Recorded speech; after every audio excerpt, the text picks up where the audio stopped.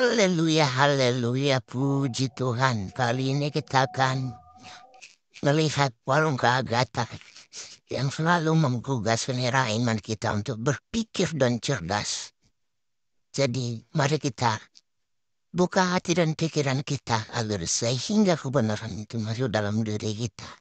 Dan seperti apa menu sajian rasa yang diberikan kita.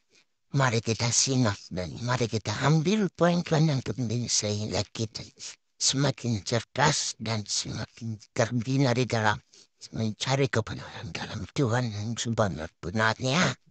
Mari buka hati dan pikiran kita dan mari kita simak video berikut ini. Yesus memberkati. Let me do that.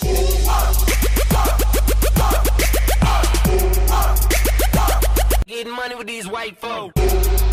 Seperti Allahmu menciptakan kamu untuk mematikannya. Ini apa nggak perbuatan yang aneh? Nah ini, tuh, kau baca tuh ayatmu itu. Kau berbuat dosa bahkan itu ditentukan sama Allahmu. Baca, Mat.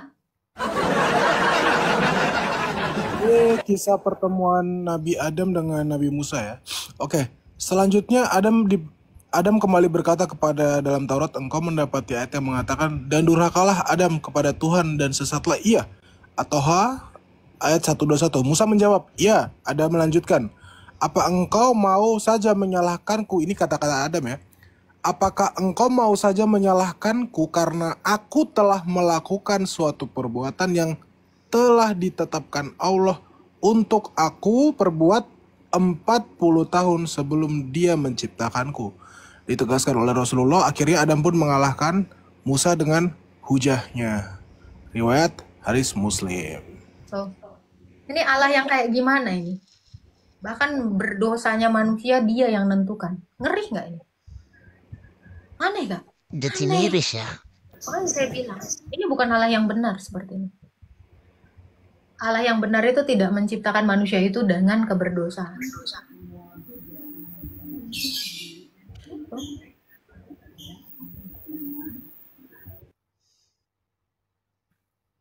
Coba, gimana kau memahami ayat itu? Kau berdosa aja, misalnya kau nanti mencuri, apa segala macem. Kau itu udah ditentukan. Mat! Terjeda kau, ah! Mamat! Itu ketentuan memang seperti itu. Ketika bumi ini diciptakan memang seperti itu. Loh, itu bukan jawaban seperti itu. Artinya apa?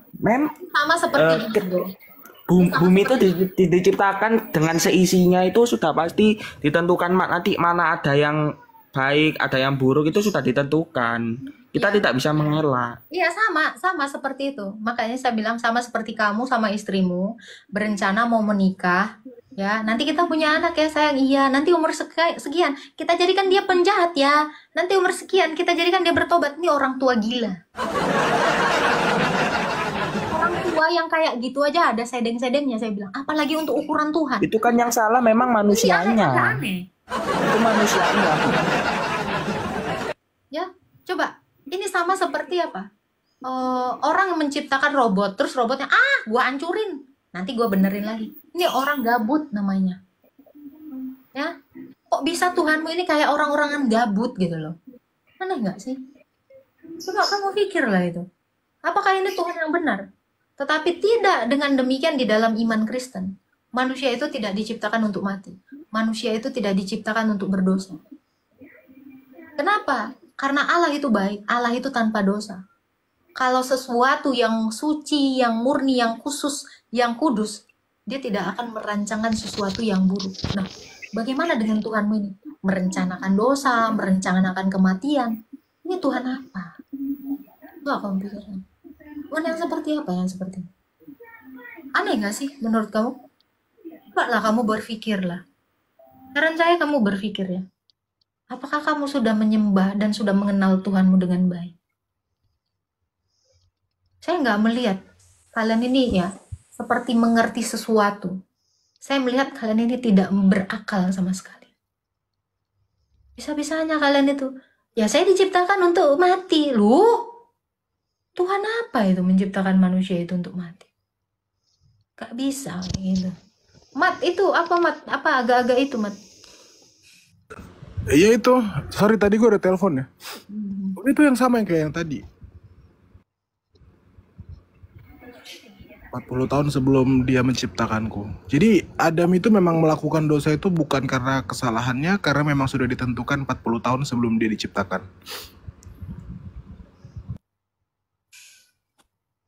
Itulah agak lain emang sutradaranya ini agak lain. Ya. Kenapa seperti itu? Kenapa demikian? Gitu loh. Kok seolah-olah Allah ini kayak orang gabut gitu. Masa ada Allah gabut? Kalau Allah yang benar, Allah yang kudus, dia tidak akan merancangkan kematian bagi manusia. Makanya kalian itu cuma mampu bilang apa? Kenapa manusia berdosa? Ya karena memang takdir loh. Itu Jika bukan tidak dirancang untuk kematian, apakah Anda percaya bahwa Anda akan hidup selamanya? Gitu aja. Oh iya dong. Emang Anda hidup selamanya? Coba, kenapa kalau ada yang mati kamu nangis? Kenapa seperti kamu nggak rela? Ya jelas lah. Oh, ini saya kasih tahu. Kenapa setiap ada yang meninggal seseorang di dalam keluarga kamu atau orang lain sekalipun, kalau dia meninggal dunia, kalau dia mati, hatimu ini sedih. Kenapa? Karena rohmu sendiri mengingat bahwa kamu itu tidak diciptakan untuk mati. Ini pertanyaan saya dari waktu saya Islam. Kenapa? Kenapa Tuhan? Kenapa saya sedih bapak saya mati? Kenapa ibu saya mati saya sedih? Karena saya memang tidak menginginkan adanya kematian. Loh, Berarti itu Anda ini murtad. artinya adalah manusia itu memang mengingat bahwa dia itu diciptakan bukan untuk mati. Manusia itu diciptakan untuk hidup abadi. Itu Berarti Anda ini Tuhan murtad. kami, dengarkan saya. Tuhan kami menciptakan manusia itu bukan untuk berdosa, bukan untuk mati. Ya, bukan untuk dipimpin oleh iblis. Ya, ini. Tuhan saya ini tidak menciptakan manusia itu untuk mati, tidak menciptakan manusia itu untuk berdosa, tidak menciptakan manusia itu untuk taat kepada iblis. Maka kenapa Yesus itu yang adalah firman Allah, yang hakikatnya Allah, itu turun ke dunia dan menjadi manusia untuk mengalahkan ini. Ini adalah ketakutan manusia. Manusia itu takut mati. Manusia itu takut berbuat dosa. Manusia itu takut diintimidasi dosa. Diintimidasi iblis. Ketakutan yang ada di dalam manusia ini dipatahkan oleh Yesus Kristus ketika dia datang dan mengambil rupa manusia. Untuk ini dia menyelamatkan manusia. Makanya saya bilang, kalian tidak mengerti kenapa Yesus itu sampai repot-repot menjadi manusia. Karena dia terlalu kasih. Karena Allah saya itu kasihlah. Sehingga apa? Dia merendahkan diri mengambil rupa manusia untuk mematahkan ketakutan manusia. Ibrani 2 ayat 16 sampai 18 kalian baca. Ini. Karena hal ini, bro. Makanya saya bilang, setiap kalian ditanya, kenapa manusia ini mati? Ya karena memang diciptakan untuk mati. Tidak. Tuhan yang benar itu tidak menciptakan manusia itu untuk mati. Kedunguan sih kalau ini. Ya kamu dungu kalau kamu mempercayai Tuhan itu menghidupkan kamu untuk mematikan. Ya Anda harusnya. Sekarang gini saya Memang tanya, ketentuannya Allah seperti Maha Kasih itu. nggak? Sekarang saya tanya, Allah itu Maha Kasih nggak? Iya, kalau kita berbuat dosa kita bisa bertobat dan itu akan diampuni. Kalau dia kasih, kenapa dia harus mematikan? Kalau memang dia mengampuni, kenapa harus dimatikan? Mikir kau. Nggak bisa kau jawab ini sampai kapanpun. Kalau dia memang Maha Kasih, Maha Pengampun, kenapa dimatikan? Dibiarkan dong panjang umur. Dibiarkan dong untuk tidak menua. Kenapa manusia ini menua? Kamu pun tidak tahu ini. Makanya saya bilang, sama seperti gini ya. Ada satu orang menciptakan satu buku. Dan buku ciptaannya ini, dia bisa menjelaskannya. Apa aja, karena dia yang menciptakan.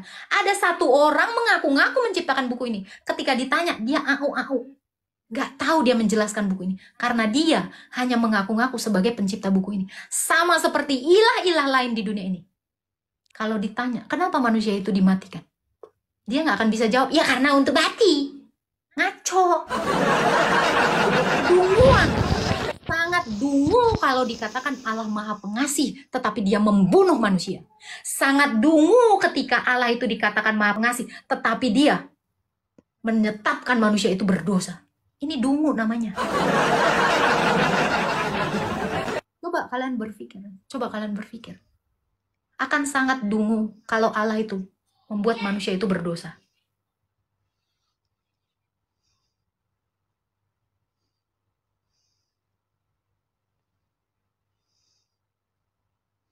Coba dipikirkan itu.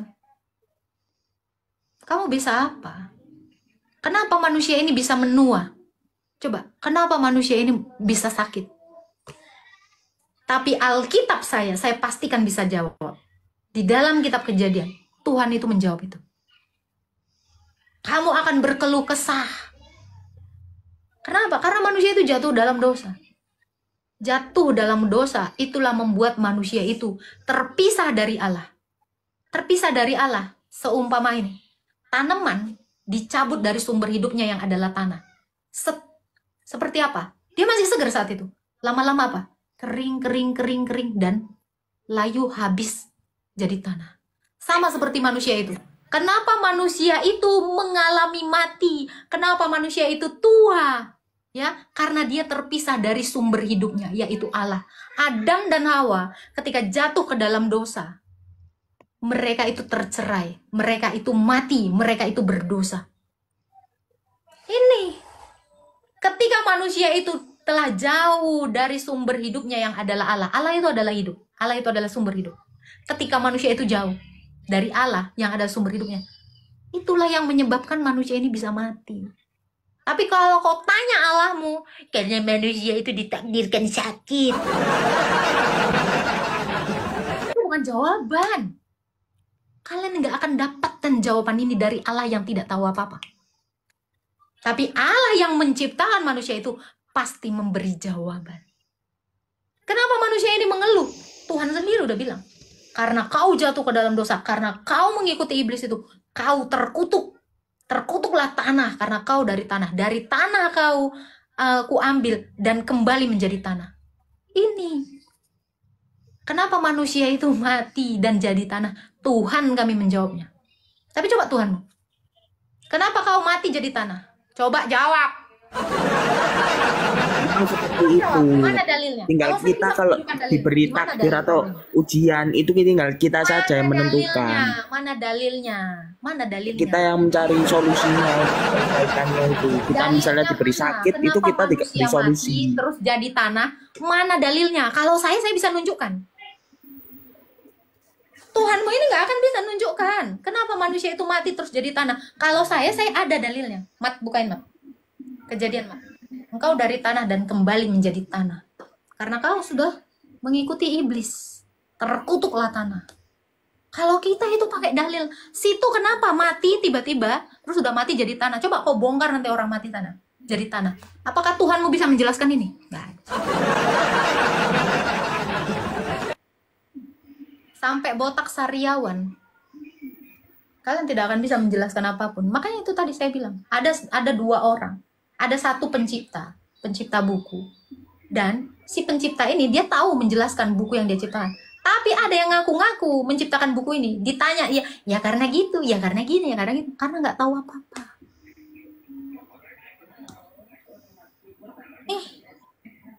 Ini. Kalau kalian punya nggak ayat kayak gini? Nggak punya sayang, nggak punya cinta.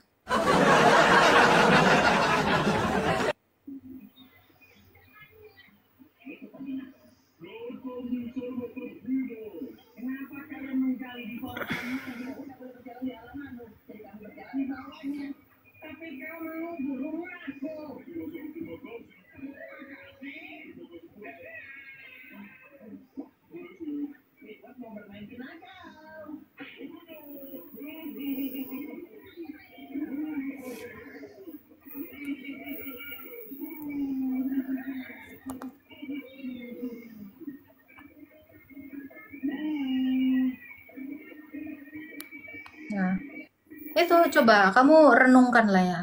Kenapa tidak ada yang bisa menjawab? Ini pertanyaan-pertanyaan basic ketika saya di Islam. Ya, kenapa manusia ini seperti ini? Gak usah jauh-jauh dulu ngapal A, B, C, D. Kita balik aja kepada diri kita sendiri dengan kodrat kita. Kenapa demikian? Ini pertanyaan-pertanyaan simpel kayak gini. Saya cuma temukan itu di dalam iman Kristen. Gak modal iman ini. Makanya saya bilang, ini Tuhan yang benar ini, apakah kalian sudah cari dengan benar? Kalau saya ini nyari, saya benar-benar mencari Tuhan yang benar. Kenapa manusia itu menangisi kematian? Kenapa manusia ini selalu ketika berbohong, hatinya ini nggak enak? Ini saya cuma temukan ini di dalam Alkitab. Hanya Tuhan Yesus yang adalah sejatinya pencipta yang bisa menjelaskan pertanyaan manusia. Ya, kalian ini nggak akan tahu hal-hal yang seperti ini. Ya mau kalian bilang blog apa segala macam, hakikat kalian sebagai manusia, kalian harusnya mempertanyakan ini.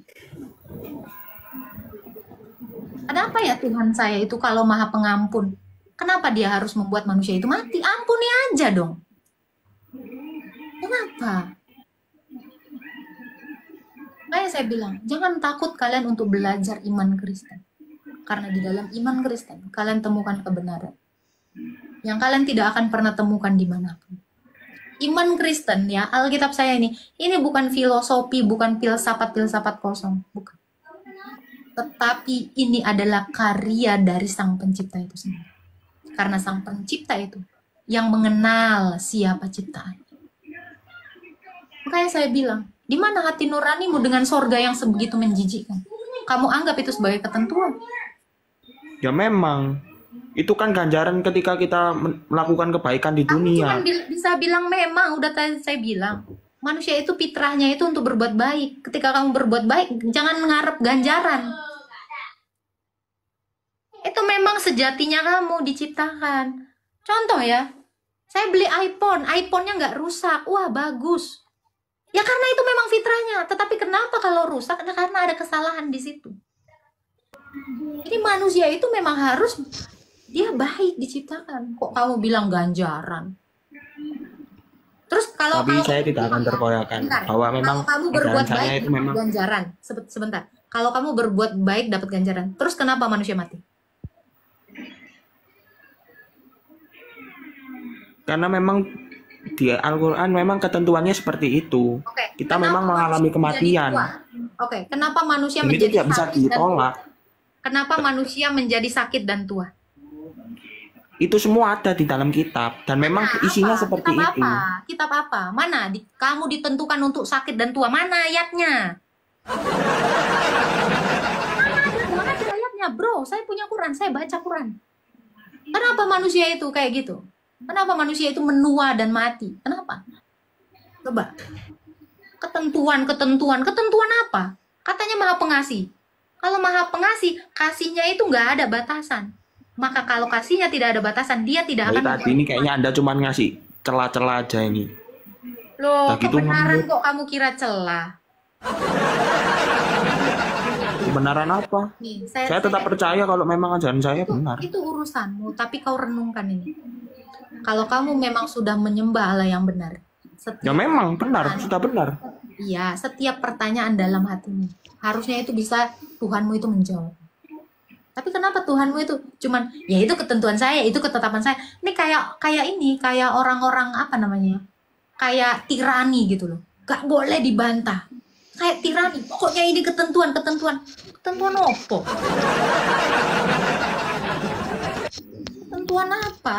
Ya, apakah nanti ketika- Dengar ya. Tuhan itu tempat bergantungnya kita. Makanya dikatakan di dalam Alkitab 1 Korintus 8 ayat 6, Allah adalah sang sumber. Bapa itu adalah sang sumber. Sumber hidup kita. Kalau dia adalah sumber hidup kita, kenapa kita dimatiin? Coba, kenapa dimatiin? Kenapa tua? Nggak ngerti tirani, walah mampu. Tirani di atas tirani. Itulah Tuhanmu. Lalu apakah nanti ketika Anda mati, Anda akan mengharapkan surga yang Anda menggambarkan itu sesuai nanti ketika Anda sudah mati? Atau mungkin nanti kalau Anda sudah mati, Anda masuk neraka gitu kan? Surga itu adalah Allah. Saya katakan, Ya lihat, surga kita itu buktikan adalah saja. tempat. Dengar ya, kamu saya kasih tahu ya. Manusia itu sejak semula itu tidak diciptakan untuk mati, tidak diciptakan untuk berdosa, tidak diciptakan untuk menuruti iblis. Nih. Iblis dosa dan mati.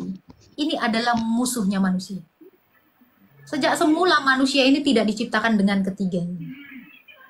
Lalu kenapa pada akhirnya sekarang ini manusia ini mengalami kematian? Lalu kenapa manusia ini ya nggak diajarin berbuat dosa, tapi dia tetap berdosa? Lalu kenapa manusia ini setiap kali dia ingin berbuat baik, ini cenderung untuk berbuat dosa karena dipengaruhi iblis? Kenapa? Ini apakah bisa dijelaskan oleh Tuhan? Apakah Tuhan menciptakan manusia ini kematian? Apakah Tuhan menciptakan kematian? Apakah Tuhan menciptakan dosa? Ataukah Tuhan menciptakan iblis untuk membuat kita ini taat kepada iblis? Tidak demikian. Ya, maka ini ketiganya ini saya bilang, ketiganya ini adalah musuh terbesar manusia. Kalau Allah itu maha kasih, maka Allah itu harusnya mengalahkan musuhnya manusia ini supaya apa? Supaya manusia ini bersatu kembali dengan Allah. Ketika manusia bersatu kembali dengan Allah, itulah sorga. Jadi kamu jangan mengira sorga itu apa? Ngewek 70 tahun.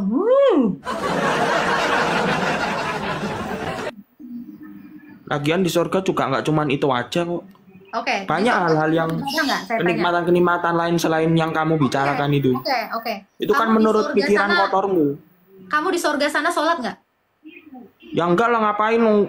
Kita sudah berbuat kebaikan di dunia. Kita sudah. Kalau kamu mengatakan di dunia kenikmatan terbaik, ada satu ustadz ya, saya lupa namanya siapa, mengatakan apa? Ibadah itu adalah kenikmatan yang paling tiada tara. Kenapa kenikmatan yang paling tiada tara di dunia ini, kenapa tidak disediakan di sorga? Tetapi kenikmatan yang tiada tara di dunia, yaitu ngewek dengan tobrut-tobrut itu ada di sorgamu. Nah, dengan dia ibadah mungkin saja hatinya lebih tenang. Kamu, di dalam imanmu sendiri, manusia diciptakan untuk beribadah. Kenapa di sorgamu kok nggak beribadah? Oh, kan? Ini makanya aku bilang Tuhanmu itu selalu menentang kebenaran. Coba, kenikmatan apa lagi? Ya karena kita di dunia sudah beribadah Sekarang dengan saya tanya, baik. kenikmatan selain ngewek apalah? Ya mungkin banyak sekali di surga itu. Ketika mungkin kita masuk surga, kita yang di dunia tidak boleh. Contohnya saja seperti minum lah. Kita di dunia mungkin minum itu pasti akan mendapatkan dosa. Tapi ketika kita di surga, kita minum itu malahan akan menjadi salah satu kenikmatan yang paling utama lah di surga. Bahkan ada air yang memang itu air terjun itu dari susu. Makanya saya bilang sesuatu yang menjijikkan di dunia. Kenapa yang menjijikkan di dunia itu ada di sorgamu semua? Kenapa hal-hal yang menjijikkan itu semuanya disediakan sama Tuhanmu di sorganya sana? Sorga Persi kayak hotel apa sana? Coba orang mabok sana gitu. Kenapa surgamu kayak diskotik kayak hotel? Kenapa? Coba kau pikir ya. Sementara Tuhan yang benar itu tidak mengajarkan demikian. Kok Tuhanmu ini ngeri kali ngasih kenikmatan yang menjijikkan kayak gitu. Coba.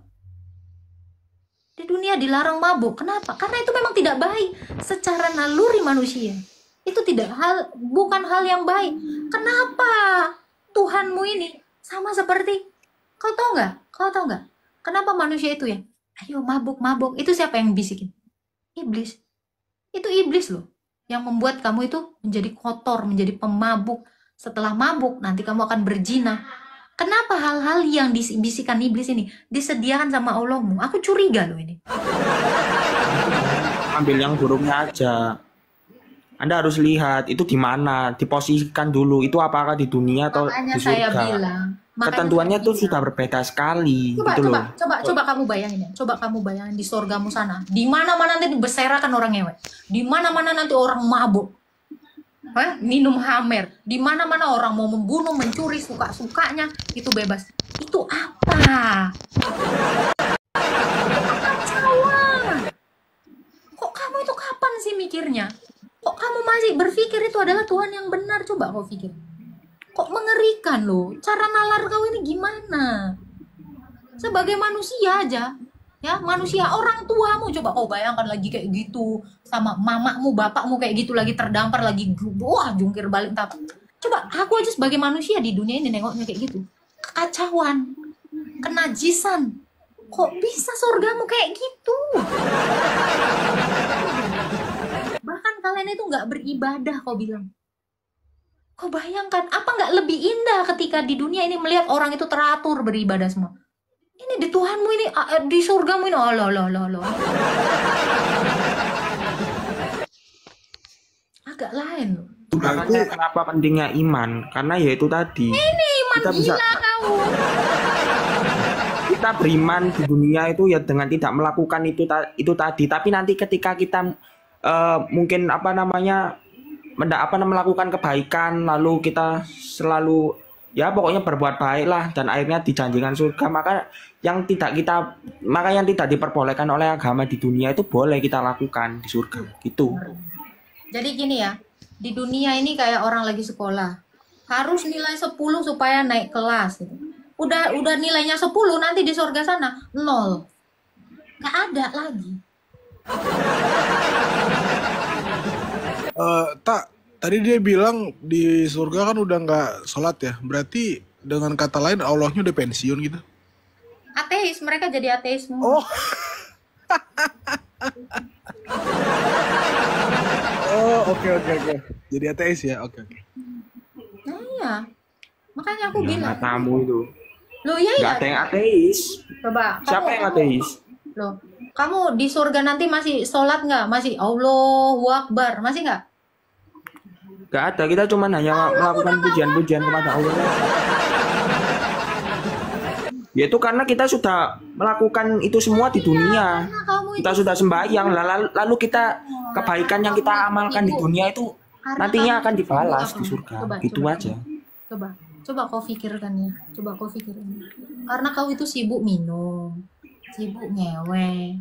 Nah, Allahmu itu nggak sempet lagi kau puji-puji, kau sembah-sembah. Ini maksudnya konsep apa sih, bro? Konsep apa sih ini? Agak ngeri.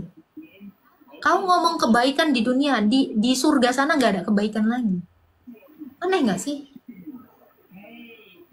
Coba kau pikir lah. Apa kebaikan di dunia ini yang enak kayaknya kau pandang? Pasti beribadah. Oh, ini kok kau itu udah nggak ada lagi keindahan itu lagi. Kayaknya saya bilang, kalian ini apakah sudah benar menuhankan Allah yang benar gitu? Kenapa Allah yang kalian sembah ini ya mengajarkan sesuatu yang yang ditawarkan iblis? Coba jangan loh bro, jangan loh ini ya, kalian ini salah menduga gitu. Ini adalah iblis yang menyamar gitu jadi Tuhan, tapi kalian tidak menyadari itu. Maka saya katakan kalian ini tertipu.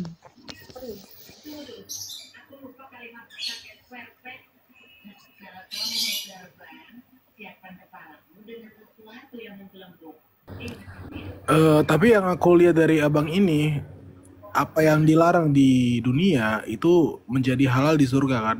Aku boleh tanya nggak, bro? Betul. Aku boleh tanya nggak? Ya, boleh, silakan. Saya pernah membaca sebuah hadis, orang yang berzina ataupun mencuri jika dia meninggal dalam keadaan tidak mensekutukan Allah atau musyrik, ia akan masuk surga. Pertanyaan saya, ada seorang ustadz, misal atau orang yang baik, tapi dia memiliki orientasi seksual ke sesama jenis dan dia masuk surga. Apakah di surga nanti dia mendapatkan laki-laki juga? Apakah Itu boleh? salah itu. Nggak ada seperti itu. Ya jelasnya pasti nggak mungkin lah. Kan dia sudah melakukan dosa. Yang tadi seperti Anda bilang tadi, seksualitas itu dosanya besar sekali itu. Nggak bisa. Mau saya tunjukin hadisnya? Ya coba aja. Oke.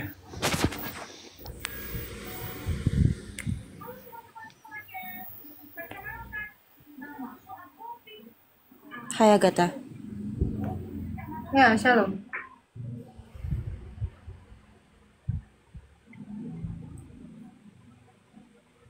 Apa yang kamu bahas ini, apakah itu sebenarnya yang kamu tahu semuanya atau bagaimana?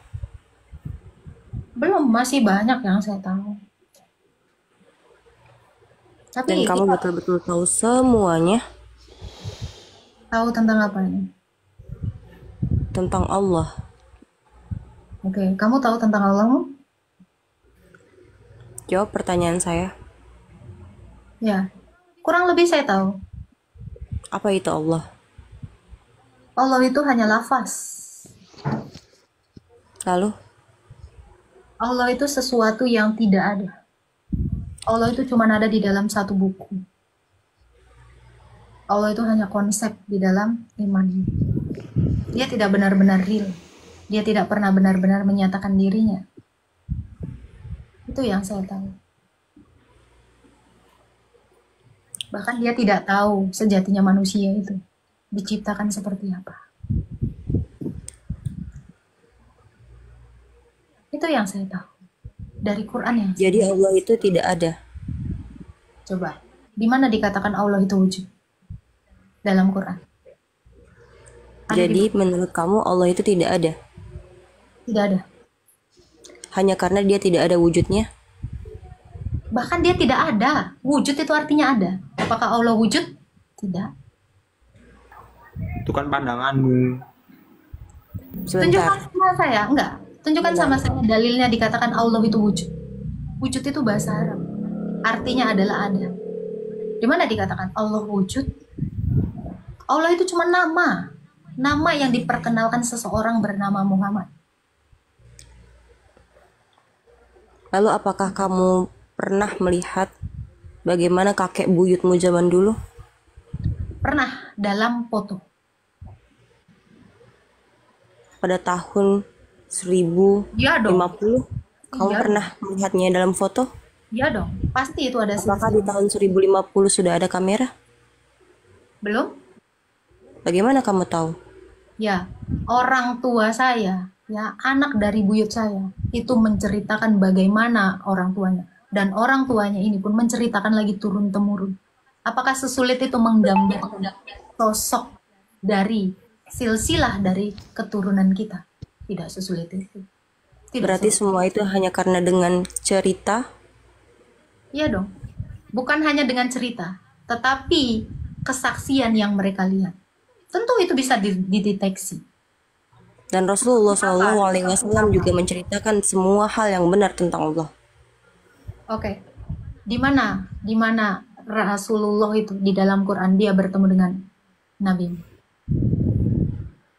Di mana dikatakan Allahmu itu di dalam Quran? Dia bertemu dengan Allah. Kapan hari Allahmu itu menemui Muhammad? Kapan hari? Silakan. Kalau saya bisa menceritakan nanti, nabi-nabi itu bertemu dengan Allah dalam berbagai cara teofani. Tapi bagaimana dengan Allah SWT? Coba. Apa yang kamu Allah tahu SWT. bagaimana cara Allah Rasulullah SWT dari abad 7. Saya tanya, Allah SWT di abad ke-7. Kapan hari dia bertemu dengan manusia? Kapan hari dia menyatakan dirinya kepada Nabi?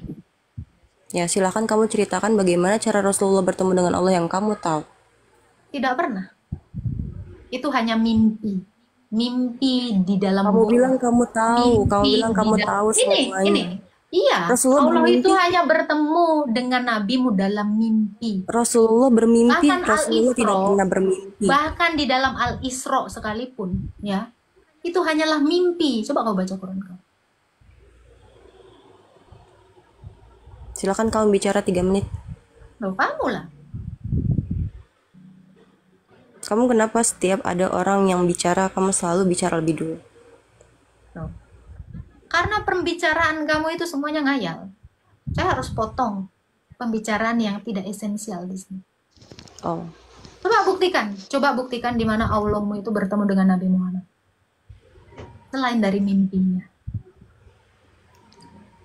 tidak ada yang menceritakan bahwa Nabi Muhammad SAW bertemu dengan Allah melalui mimpinya saja. Berarti, Tapi Rasulullah SAW bertemu dengan Allah itu melalui proses Isra Mi'raj.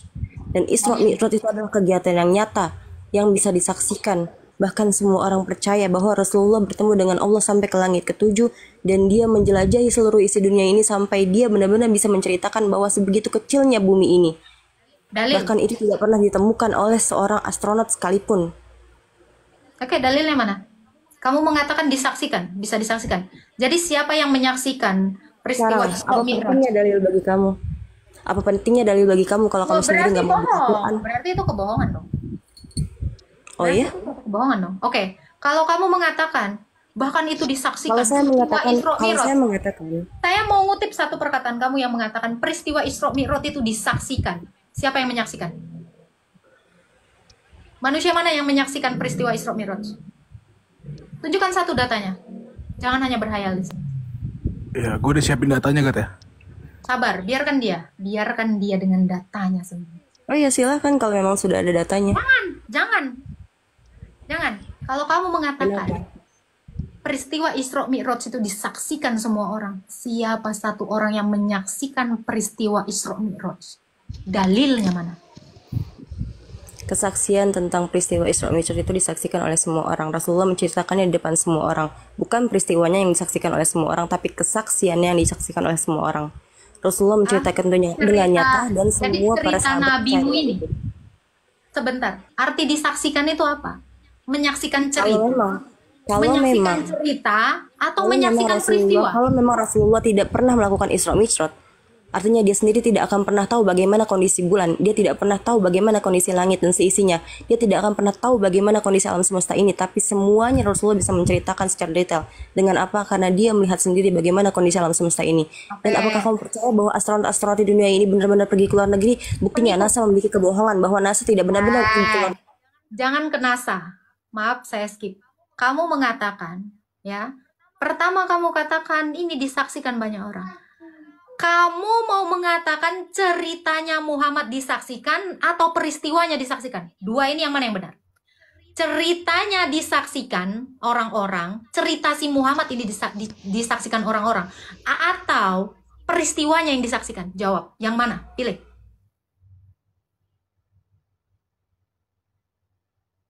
Silakan dipilih. Kamu katakan tadi ya, kesaksian, peristiwa Isra Mi'raj itu disaksikan banyak orang. Peristiwanya yang disaksikan atau ceritanya? Ceritanya isi Muhammad yang disaksikan orang-orang. Silakan on mic. Yang mana antara dua ini? Peristiwanya yang disaksikan atau ceritanya yang disaksikan? Cerita kok disaksikan. Cerita itu didengar, sayang.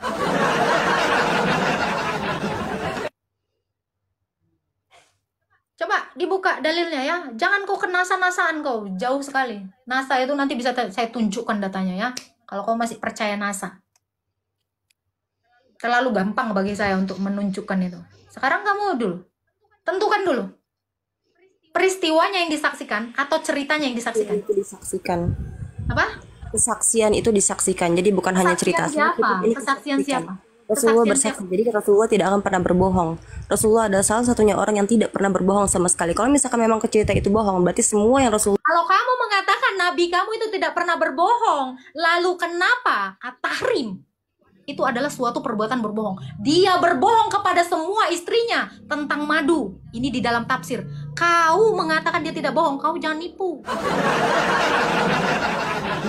Kenapa dia mengatakan kepada Aisyah, Aisyah jangan bilang nanti sama si itu ya, aku minum madu. Sama si ini lagi dia bilang, kau pernah dengar hadis ini kan? Kamu pernah dengar hadis ini? Yang dia membohongi semua istri-istrinya. Demi apa? Demi kebaikan. Jangan pernah mengatakan Nabi kau itu tidak berbohong. Bahkan di dalam Quranmu dibolehkan berbohong dalam 3 hal. Perlu saya buktikan. Saya kasih dalil sama kamu. Jangan kamu omong kosong di room saya. Rasulullah tidak pernah berbohong. Rasulullah tidak pernah berbohong dan Rasulullah bukan membohong madu. Bagaimana dengan kasus madu? Bisa kamu diam ketika saya bercerita? Kau bercerita tentang kebohongan sama Nabi. Cerita dongengmu ini cuma disaksikan 400 orang di sini. Tapi apakah itu benar? Nggak benar, sayang. Aku tidak berdongeng dan ini betul-betul apa yang terjadi. Jadi bukan Rasulullah yang berbohong tentang madu. Aisyah cemburu kepada istri Rasulullah yang satunya. Dan Aisyah mengatakan bahwa madu itu aromanya tidak enak. Karena madu yang keluar dari mulut Rasulullah itu aromanya tidak enak. Hanya demi supaya Rasulullah tidak minum lagi madu yang dari istrinya yang satunya. Akhirnya apa? Rasulullah mengatakan, baik, saya tidak akan minum madu lagi demi menjaga perasaan kamu. Berbohong nggak? Berbohong nggak di situ? Berbohong nggak? Berbohong nggak? Jangan ngomongin white lies sama saya. Kamu tidak bisa diam ketika saya menceritakan. Kenapa dia Itu bukan berkata, bukan tunggu. Kenapa dia berkata kepada istri yang lain, aku tidak minum tahu madu? lanjutannya bagaimana setelah itu Allah menurunkan Nah, jangan bohong saya. kamu mau tahu Jangan bohong. selanjutnya bagaimana setelah itu Allah menurunkan wahyu tentang madu setelah Rasulullah melakukan itu kepada Aisyah dan para istrinya. Hah? Apakah kamu tahu di situ Allah bilang apa? Allah langsung mengatakan bahwa ya Muhammad, janganlah kamu mengharamkan apa yang telah Allah halalkan. Saya tahu at-tahrim itu, saya tahu dengan pasti. At-Tahrim. Kenapa Allah? At-Tahrim ayat berapa? Kenapa Allah mengatakan, hai Muhammad, jangan kamu haramkan apa yang sudah dihalalkan oleh Allah. Kenapa? At-Tahrim ayat berapa? Kenapa? Ya, ini adalah ayat yang dikopas di dalam Kisah Para Rasul 10 ayat 15. Apa yang sudah dinyatakan halal oleh Allah, jangan kau nyatakan haram. Artinya apa? Nabi kau mengatakan madu itu haram demi apa? Demi Jelas orang ya, dengar ya, yang banyak At-Tahrim omong ayat kosong. 1. Tahu kenapa Allah menurunkan ayat Orang yang banyak omong kosongnya dan tidak mau kalah itu adalah tahu orang yang yang omong selalu kosong. nge-mute orang. Kalau orang tidak bisa menjelaskan apapun, bagaimana kamu sendiri bisa mendengar orang lain? Nggak usah jauh-jauh. Al-Isra. Coba kamu baca Al-Isra itu. Ya, itulah mimpi. Kamu nggak usah kejauhan ya, mimpi bu itu. Yang kamu kutip ini bukan ayat-ayat Quran yang asli kan? Ini hadis. Kamu nggak beriman sama hadis emang? Enggak, dia nggak suka hadis berarti. Hadis itu ada banyak, ada hadis sahih, ada hadis palsu. Itu kamu baca sampai bawah. Bahwa hadis ini Hasan Sohih. Baca dulu, jangan buru-buru. Malu kau. Oke, dan kami tidak menjadikan Orang lain mimpi yang bicara telah itu kamu kami. matikan mic-nya. Kamu sendiri tidak pernah mau mendengar penjelasan orang lain. Hei, Kamu sendiri kamu tidak jangan pernah berbohong. Di sini dikatakan itu adalah mimpi. Ini peristiwa Isra Mi'raj. Bagian mana? Ini. Ini apa? Bagian mana? Apa? Bagian mana? Oke, saya bacakan ya. Itu mimpi. Apakah itu hadisnya asli? Sahih? Oke, dan kami tidak menjadikan mimpi yang telah kami perlihatkan kepadamu melainkan sebagai ujian bagi manusia. QS Al-Isra 60. Itulah mimpi yang nyata yang diperlihatkan kepada Nabi Rasulullah tidak mimpi, Rasulullah betul-betul menjalankan peristiwa Isra Mi'raj. Tidak ada kata mimpi di situ. Oke. Peristiwa itu siapa yang Dan menyaksikan? ini Kalau bukan memang hadis itu nyata, sahih. peristiwa Ini itu bukan siapa yang hadis nyaksin? sahih. Kenapa bisa dikutip? Peristiwa itu nyata, siapa yang nyaksin? Saya tanya. Kalau itu terlalu nyata, siapa yang nyaksin? Tunjukkan sama saya 2 orang saksinya yang menyaksikan peristiwa itu. Kalau memang itu adalah nyata, kalau nggak mau kamu bilang mimpi, ya mimpi juga bisa diceritakan sama orang. Ya, sekarang kalau kamu mengatakan peristiwa Isra Mi'raj itu disaksikan semua orang, disaksikan semua omongannya, bukan disaksikan peristiwanya. Yang namanya peristiwa, Mbak, denger ya. Yang namanya peristiwa itu kejadian yang benar-benar disaksikan orang lain. Apa? Mana? Siapa saksinya? Apakah kejadian kamu di kamar mandi, kamu pipis dan kamu melakukan istinja itu kamu disaksikan dengan orang lain? Kan tidak. Apakah istinja itu sama dengan wahyu? Saya baru tahu turunnya ayat sholat itu sama dengan saya berak. Saya baru tahu ya. Ternyata standar turunnya wahyu itu sama seperti saya berak. Saya bahkan bisa membuktikan bahwa saya berak dengan cara apa? Saya korek spiteng saya akan tunjukkan itu ada taiknya. Tapi kenapa peristiwa Isra Mi'raj ini tidak ada buktinya? Satu bukti pun tidak ada. Ya, mana bukti? Kalau saya berak gak ada saksinya, saya bisa buka itu spiteng. Saya tunjukkan tai saya yang masih seger itu ada. Sekarang kamu buktikan peristiwa Isra Mi'raj itu ada buktinya. Mana buktinya? Kamu asik bahas. Kamu pengen buktinya. Kamu pengen buktinya. Buktinya adalah cukup dengan mengatakan bahwa Rasulullah adalah salah satu makhluk yang tidak sama sekali pernah berbohong. Kalau kamu mengatakan dengan katanya dia tidak bohong, At-Tahrim itu sudah bukti bahwa Nabi kau itu berbohong. Kebohongan dia tadi udah saya buka. Sampai turun ayat At-Tahrim. Woi Muhammad, kenapa yang udah dihalalkan Allah kau haramkan? Pandai-pandai kau.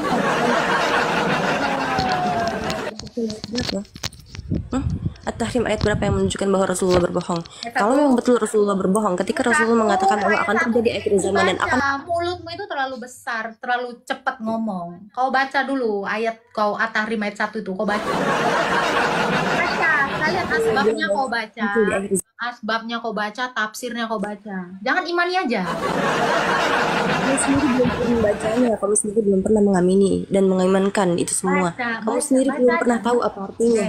Kamu sendiri belum perempuan. pernah. Dengar ya perempuan yang mulutnya kayak kereta api. Kau baca dulu At-Tahrim ayat 1.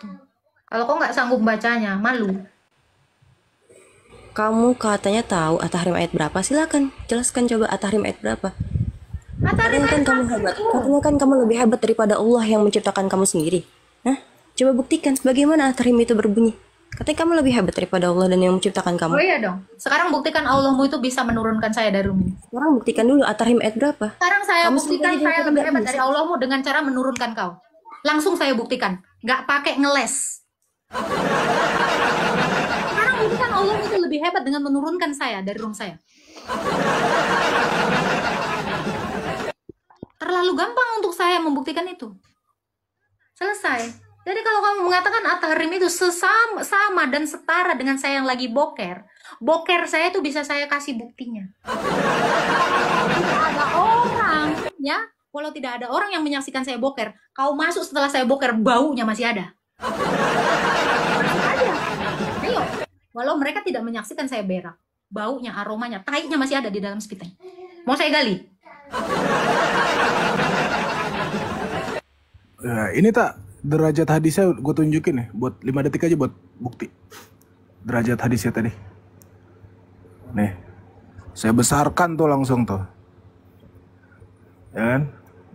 Tirmizi 3059 ya, derajat hadisnya Sahih Al-Isra. Nih. Derajatnya Sahih. Ya. Udah itu doang. Biar tahu malu ya kalian ya. Sahih ya. Dah, itu doang. Kecilkan lah. Naik lagi dong.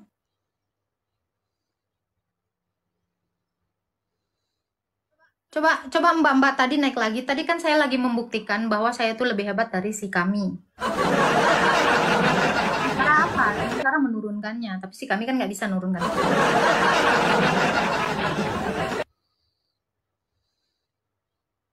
Naik lagi aja Mbak apa tadi tuh? Ya, berhenti omong kosong di room saya. Saya tidak biasa dengan omong kosong di dalam room saya. Jadi kalau tidak punya hadis, tidak punya dalil, omong kosong.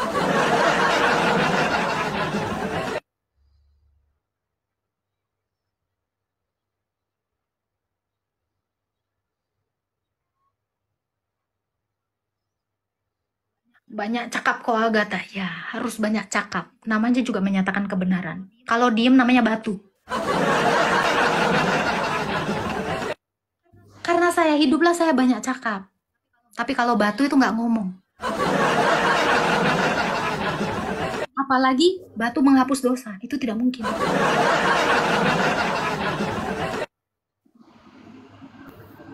Ya, mengenai tentang dia mengatakan Nabi Muhammad pernah bertemu dengan Allah, dibantah oleh Muhammad sendiri ya. Nih, 5 detik ya, Gat ya. Nih. Jelas di sini Rasulullah berkata, barang siapa mengatakan kepadamu bahwa Muhammad pernah melihat robnya, maka ia telah berdusta. Ya. Itu. Dalilnya di mana, Bang? Sahih Bukhari 4477 itu ya. Jadi terbantah. Naik lagi aja Mbak. Yang tadi Mbak kuah sotomi atau kuah apa saya nggak tahu, naik lagi. Ini dalilnya. Saya turunkan tadi dia mau bilang kan, kamu coba buktikan kamu lebih hebat dari Allah saya. Itu tadi saya buktiin. Naik lagi aja Mbak kuah ya. Nah ini. Jadi kalau kamu mengatakan dia benar-benar ketemu ya, ini dalil diapain? Mau diapain? Silakan ini Purnomo. Mbak Kuah kalau mau lanjut naik aja lagi ke sini. Saya tadi cuma mau ngetes aja. Saya masih berkuasa nggak di room saya. Tap-tap ya, yang di bawah ya. Kalau nggak tap-tap, kalian Islam semuanya.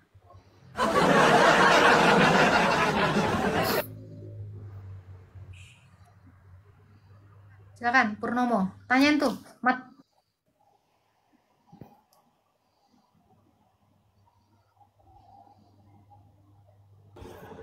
Oke, halo Purnomo.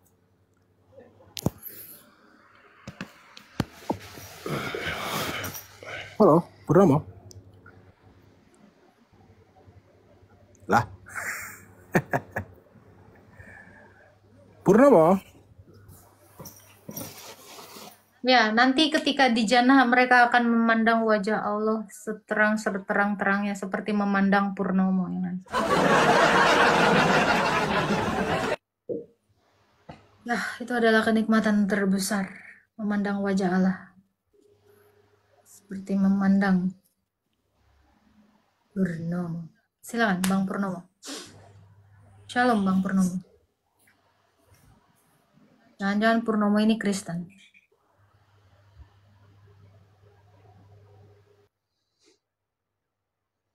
Kayak abis nangis kok Agatha. Nggak, kau tengok aku dari tadi ngebacot di sini. Kau bilang abis nangis.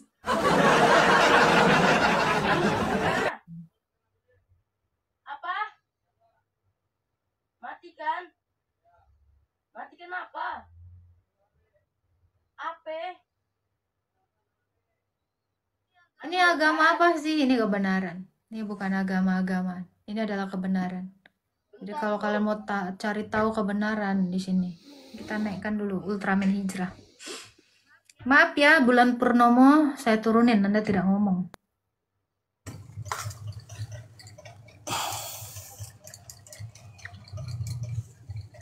Halo. Halo Kak. Ya, halo, silakan. Suara aman gak Kak? Mbak Kuah lenyap tak? Suara aman gak Kak? Aman sayang, silakan. Mau bertanya apa? Gak mau nanya apa-apa sih Kak, cuman boleh gak screenshot muka kakaknya mau aku cuci Kak? Screenshot aja sepuas-puasmu ya. Screenshot. Ya kalau dendam, foto saya terus cuci, injak-injak, minum airnya pun boleh. Apa aja sayang, itu dihalalkan bagimu.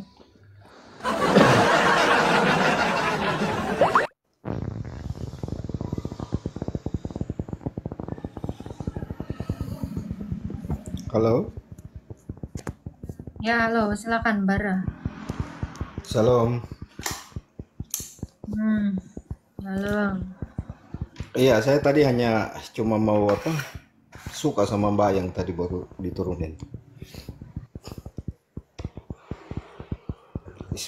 Peristiwa Isra Mi'raj. Mbak ingat gak ada ayat? Kalau suka pacarin Pak.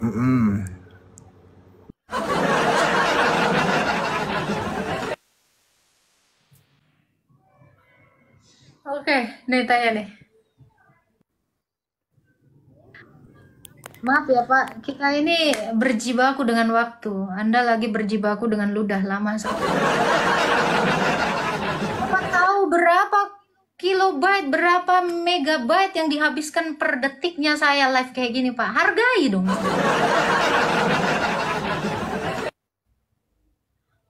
Kak Agatha maju terus. Nih, udah maju kok nih. Udah maju.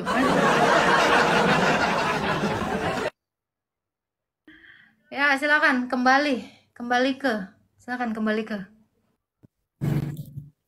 Ya, shalom Agatha. Saya ada mengikuti kurang lebih 1 jam tadi dan menarik sekali karena memang kita harus logika yang kuat itu yang Ini yang sangat bisa pelanggaran jika Anda mengikuti saya baru 1 jam sementara saya live itu 3 jam 40 menit. Di mana royalitas Anda? Ya, ini juga saya baru tahu Agatha Kalau ternyata saya ada live yang langsung sangat masuk energik ya, dan jangan baru sejam ya. Oke, poinnya Agatha very nice shot. Saya sangat suka ya, karena memang terus terang banyak apologet Kristen yang secara logikanya memang kurang kuat. Jadi bagi saya sih ini cukup bagus karena teman-teman muslim itu memang bermasalah di logika. Jadi ketika kita menyerang mereka tidak dengan logika yang Teman-teman bagus, muslim itu memang bermasalah di logika. akan Jadi meliuk-liuk ketika kita itu menyerang permasalahannya. Jadi saya cuman mau bilang itu aja dan berharap banyak yang akan tumbuh seperti Agatha. Ya, siap. Terima kasih Pak kembali. Anda kembali ke Alkitab ya. Bukan kembali ke ajaran Rasul ya.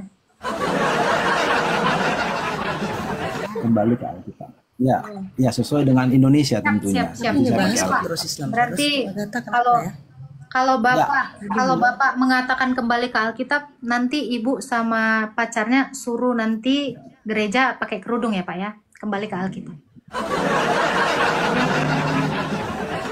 Itu saran saya aja ya Pak ya. Thank you ya Pak ya. Jadi kalau mau kembali ke Alkitab, suruhlah wanita-wanita Kristen itu berkerudung. Itu saran saya. Kalau mau sesuai atau mau relate ya dengan nama Anda kembali ke Alkitab. Back to Bible. Itu aja sih Pak ya. Thank you Pak. Silakan Rido Niati. Selamat sore.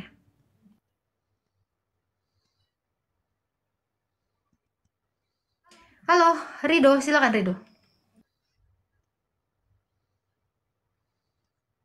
Kamu nggak berkerudung, Agatha? Kalau ibadah, sayang.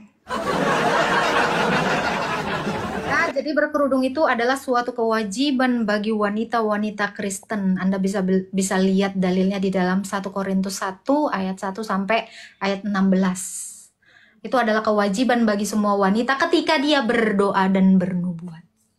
Gitu. Saya nggak lagi boker dan saya nggak lagi ke pasar dan saya juga lagi nggak berdoa, jadi saya nggak pakai kerudung seperti itu. Oke, silakan Rido Niati. Assalamualaikum kakak cantik. Silakan kak di unmute.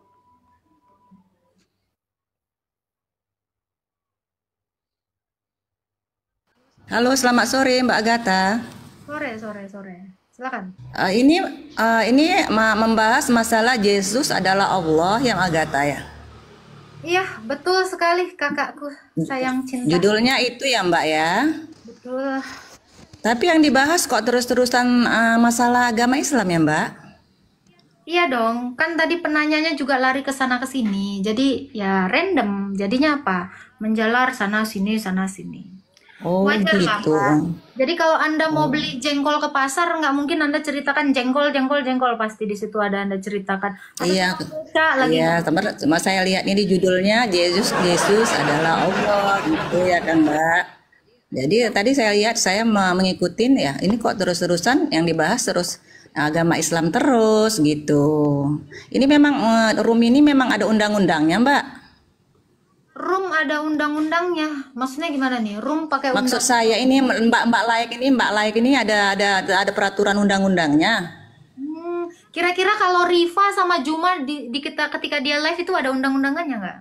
Iya itu makanya saya tanya juga sama Juma, saya tanya juga sama Mbak, saya tanya juga, saya nggak ngerti karena soalnya nih sering di TikTok sekarang masalah membahas agama ini terus gitu loh Mbak. Iya. Kalau kira-kira ya Ustadz Abdul Somad dia lagi dakwah di suatu jemaah, kumpulan jemaah, dan dia mengatakan di salib ada jin kafir. Enggak, itu dia maaf ya Mbak, dia Ustadz Abdul Somad ceramah dia di rumah Islam. Ustadz Abdul Somad itu berceramah di rumah Islam. Ini kan untuk dunia Mbak, ini dunia loh Mbak. Oke, kalau di room Islam boleh nggak sih menceritakan agama orang lain? Itu dia Ustadz Abdul Somad itu dia memang untuk Islam Mbak. Iya, saya ini untuk seluruh umat Mbak. Kalau room saya ini iya itu umat. makanya saya bertanya, ini memang semua ini memang seperti Juma Mbak, semua itu memang udah ada undang-undangnya ya Mbak ya? Ada dong, ini kan dilindungi nih, TikTok ini kan diperbolehkan. Nah itu makanya saya tanya itu aja Mbak, saya tanya undang-undang nomor berapa ya Mbak ya? Saya pun nggak tahu. Loh, nggak tahu tapi kok terus apa ya, terus melayani terus ya? Oke. Kira-kira Mbak, kalau live ini diperbolehkan masuk di Indonesia, ya kan? Ini TikTok ini kan dari Cina ya. Tapi kenapa boleh di Indonesia? Ya berarti apa artinya? Sudah resmi. Oh gitu ya Mbak ya. Iya Oke dong. oke, makasih ya Mbak. Saya nanti cari ya oke Mbak ya. Tapi nanti saya minta juga nomor undang-undang nomor berapa ya Mbak ya saya. Nah, Makasih ya saya Mbak. nanti Makasih selamat sore. Makasih ya, selamat sore. ada sini. Oke, siap. Jadi ya kalau Anda mengatakan nih, ini undang-undangnya nomor berapa? Nah, sama seperti ustadz-ustadz lain ya, podcast lain ya, yang Iya ya Mbak. Makasih Mbak. Makasih. iya nggak apa-apa, turun aja kalau makasih. Ya, jadi sama dengan podcast lain, apakah itu dilindungi undang-undang? Tentu, kebebasan itu dilindungi undang-undang. Kebebasan berpendapat itu dilindungi undang-undang. Bentar, cari Mat. Kebebasan untuk berpendapat itu ada dilindungi undang-undang. Nanti saya tunjukkan. Ada itu. Jadi jangan dibilang itu tidak dilindungi ya, ada. Sabar, nanti kita cariin. Jadi jangan mengatakan berpendapat itu tidak dilindungi oleh undang-undang. Tuh, pasal 29 ayat 2, benar nggak itu? Coba. Cek Benar dulu. banget, Mbak. Haleluya. Kita telah melihat bagaimana keagama menghalau Islam. Sehingga begitu mereka merasa terpukul. Tetapi bagi orang yang membuka hati dan kebenaran, mereka akan melihat bagaimana epicnya keagama melayani mereka. Sampai-sampai ada yang mau mengintervensi atau koreksi, tapi kenyataannya seperti itulah. Jadi bagi pendengar apologet, bijaklah dalam mencari yang benar sehingga kita bertumbuh di dalam kebenaran. Kita berdoa agar keagama selalu diberkahi, bisa memberitakan kebenaran dengan akal dan pikiran yang terbuka. Demikian yang bisa kami sampaikan. Ambil yang penting-penting dan jangan menyimpan sesuatu yang busuk dalam hati, agar kita tetap berkembang dalam Yesus Kristus yang juru selamat kita. Terima kasih, Tuhan Yesus memberkati kita semua.